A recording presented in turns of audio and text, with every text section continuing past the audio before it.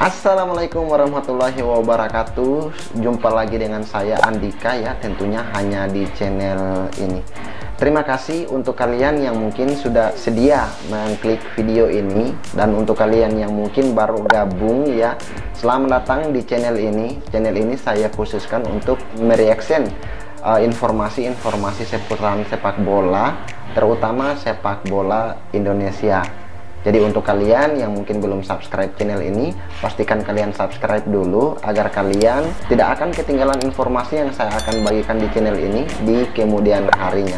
So guys, seperti biasa hari ini saya akan sedikit mereaction informasi yang dimana informasi ini saya temukan dari channel Cerita Bola ya, yaitu channel yang membahas seputaran sepak bola, dan dalam video ini membahas tentang sejarah turnamen Piala Asia dan kira-kira bagaimana bukti kejayaan Indonesia di turnamen ini.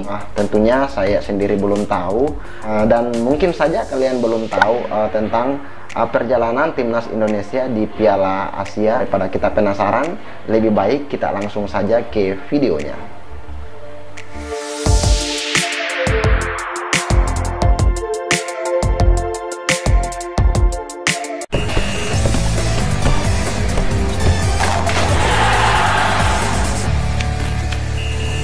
Timnas Indonesia saat ini sedang berada di Turki untuk menggelar pemusatan latihan jelang tampil di Piala Asia 2023 di Qatar. Ini akan menjadi turnamen Piala Asia kelima Timnas Indonesia dalam sejarah keikutsertaan mereka. Tergabung di grup D bersama dengan Irak, Jepang, dan Vietnam, Timnas Indonesia bukanlah tim unggulan untuk melaju ke babak berikutnya. Namun, dengan skuad terbaik dan juga persiapan matang yang dilakukan, diharapkan pasukan Sinteyong mampu meraih hasil maksimal dan menciptakan sejarah baru bagi Indonesia. Piala Asia Qatar awal tahun 2024 akan menjadi edisi ke-18 panjang sejarah. Dalam sejarahnya, ide turnamen sepak bola antar negara Asia sudah diajukan sejak akhir dari Perang Dunia II, yaitu pada tahun 1945.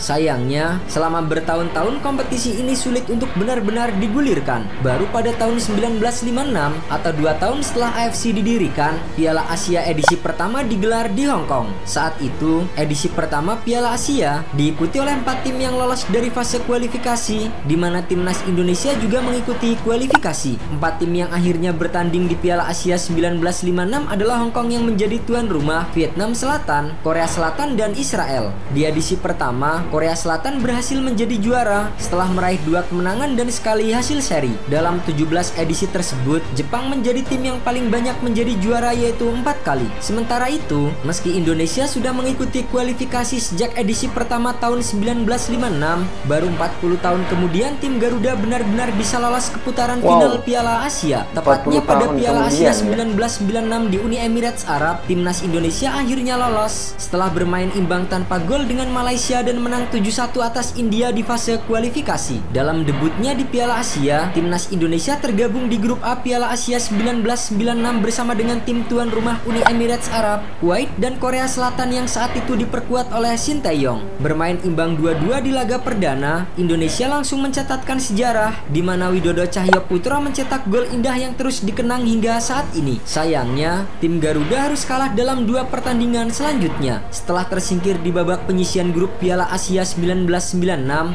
timnas Indonesia kembali lolos ke Piala Asia edisi berikutnya, yaitu tahun 2000 di Lebanon. Saat itu, timnas Indonesia harus kembali berhadapan dengan Kuwait dan Korea Selatan di fase grup. Satu tim lainnya saat itu adalah timnas China. Lagi-lagi, timnas Indonesia bermain imbang dengan Kuwait dan kalah 3-0 dari Korea Selatan serta 4-0 atas China. Meski hanya menjadi bulan-bulanan di penyisian grup, namun timnas Indonesia kembali lolos ke Piala Asia pada edisi 2004 dan menjadi Piala Asia ketiga beruntun saat itu. Kemenangan pertama timnas Indonesia di Piala Asia didapatkan pada edisi ini. Timnas Indonesia berhasil menang 2-1 atas Qatar berkat gol yang dicetak oleh Budi Sudarsono dan Ponario Astaman. Sayangnya, dalam 2 pertandingan berikutnya, tim Garuda kembali harus menelan kekalahan dan pulang lebih cepat usai ditekuk China 5-0 dan Bahrain 3-1. Sejarah perjalanan timnas Indonesia di Piala Asia kembali berlanjut ke Piala Asia 2007 dan menjadi turnamen keempat beruntun bagi timnas Garuda. Bertindak sebagai tuan rumah bersama dengan Thailand, Malaysia, dan Vietnam, Indonesia tergabung di grup D bersama dengan Korea Selatan, Arab Saudi, dan Bahrain. Bermain melawan Bahrain di pertandingan pertama di GBK, Indonesia berhasil menang dengan skor 2-1. Sayangnya, pada dua pertandingan berikutnya, timnas Indonesia harus kalah 1-2 dari Arab Saudi dan 0-1 dari Korea Selatan. Setelah menjadi tuan rumah Piala Asia 2007, timnas Indonesia harus absen dalam 3 edisi Piala Asia berikutnya. Kini, di bawah asuhan Sintayong, timnas Indonesia kembali lolos ke putaran final Piala Asia 2023. Timnas Indonesia harus melalui fase playoff kualifikasi karena menjadi juru kunci di grup F putaran kedua kualifikasi Piala Dunia 2022 yang juga menjadi kualifikasi menuju Piala Asia. Timnas Indonesia pun berhasil lolos ke putaran ketiga kualifikasi Piala Asia 2023 setelah menang agregat 5-1 atas Chinese Taipei dalam 2 pertandingan yang digelar di Buriram, Thailand. Setelah itu, timnas Indonesia menjadi runner-up grup A putaran ketiga kualifikasi Piala Asia 2023 dan berhak lolos ke putaran final Piala Asia 2023 sebagai salah satu dari 5 tim runner-up terbaik. Piala Asia 2023 di Qatar akan digelar mulai 12 Januari hingga 10 Februari 2024 dengan diperkuat pemain-pemain seperti Mark Klok, Jordi Amat, Elkan Bagot, Asnawi Mangkualam hingga Justin Hubner. Timnas Indonesia berambisi membuat kejutan dengan lolos ke babak knockout untuk pertama kalinya dalam sejarah.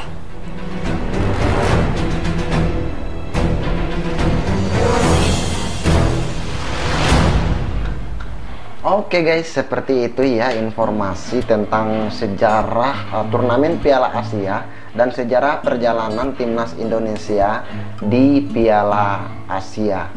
So guys, saya juga baru tahu ya edisi yang di Qatar yang akan dilaksanakan tahun depan ya. Itu adalah edisi kali kelima Indonesia mengikuti turnamen Piala Asia.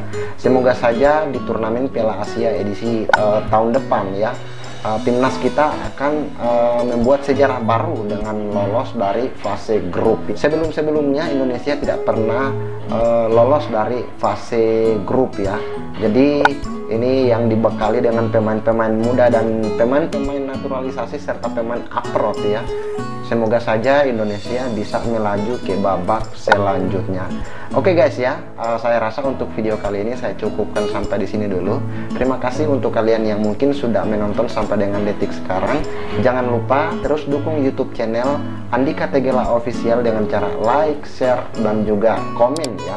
Agar kalian akan selalu mendapatkan informasi yang akan saya upload di kemudian harinya. Oke guys, sampai di sini akhir kata dari saya. Wassalamualaikum warahmatullahi wabarakatuh. Sampai jumpa di video selanjutnya. Bye bye.